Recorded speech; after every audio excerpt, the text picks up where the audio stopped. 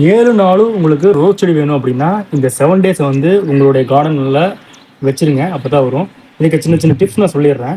எப்பவுமே வந்து நீங்க நர்சரியில வாங்குனீங்க அப்படின்னா வந்து, ஒரு 15 நாள் ஆகும். இது வந்து அடுத்து தளிர்கள் வர்றதுக்கு. ஏன்னா வந்து இது கொஞ்சம் வெயிட் பண்ணி தான் நம்ம வந்து அ இது இது பண்ண முடியும். ஓகேங்களா?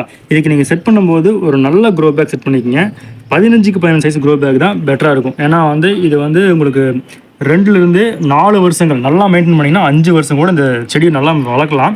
ஸோ அதனால வந்துட்டு நீங்க மண் கலவை போடும்போது முடிஞ்ச வரைக்கும் காயற்படுத்து தேங்காய் நார் அதிகமாக இருக்கிற மாதிரி பார்த்துக்குங்க. அப்போ தான் வந்து ஈரப்பதம் அதிகமாக இருந்ததுன்னா இந்த செடி வந்து நல்லா வளரும்.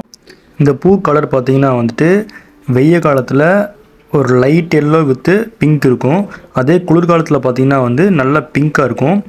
ஸோ இந்த 2 கலர்லையுமே இந்த செடி வந்து உங்களுக்கு இருக்கும். பார்க்குறதுக்கு நல்லாயிருக்கும். மற்ற ரோஸ் மாதிரி கிடையாது. இது வந்து 2 நிறத்தில் மாறும். சீசனை பொறுத்து மாறும். மாதிரி பார்த்தீங்கன்னா வந்துட்டு 15 நாள் கொண்டு நீங்கள் வந்துட்டு மண்புழு உரம் அந்த மாதிரி வந்து கொடுத்துட்டே இருங்க. ஏன்னா பராமரிப்பு ரொம்ப முக்கியம். இதை வந்து பூச்சி லைட்டாக வந்தாவே சீக்கிரமாக ஸ்ப்ரெட் ஆகி வந்து செடியவே அழிச்சிடும். அதனால் வந்து மெயின்டைன் பண்ணுறது கொஞ்சம் கேர்ஃபுல்லாக நீங்கள் மெயின்டைன் பண்ணணும். மற்ற செடி மாதிரிலாம் அது கிடையாது. இதோட ஸ்டெம் பார்த்தீங்கன்னா வந்து சின்னதாக தான் இருக்கும். இதுலேயே உங்களுக்கு பூக்கள் வந்துடும். அப்படியே இங்கே பாருங்கள். அதே மாதிரி சீக்கிரமாக இந்த ரோஸோடைய பூக்கள் வந்து உங்களுக்கு இதில் வந்து சீக்கிரம் கொட்டாது. இது வந்து ஒரு வாரம் ஆனாலும் அப்படியே நிற்கும். இங்கே பாருங்கள். இது கிட்டத்தட்ட 4-5 நாள் ஆச்சு ஓப்பன் ஆகி அப்படியே இருக்குது பாருங்கள்.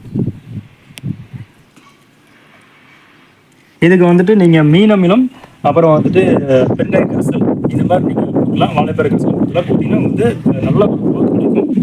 அருமையாக இருக்கும். நீங்கள் மண்ணில் வைக்கிற மாதிரி இருந்தால் எங்களுக்கு இன்னும் நல்லா வரும். பட் நம்ம வந்து டெரஸில் வைக்கிறோம் அப்படின்னா சில சில பராமரிப்பு நான் சொல்ல நீங்கள் ஃபாலோ பண்ணிங்கனாவே நல்ல ரிசல்ட் கிடைக்கும். ஓகே, இந்த வீடியோ பிடிச்சா லைக் பண்ணி ஷேர் பண்ணுங்கள். நம்ம வந்து பூக்கள் கட் பண்ணிடலாம்.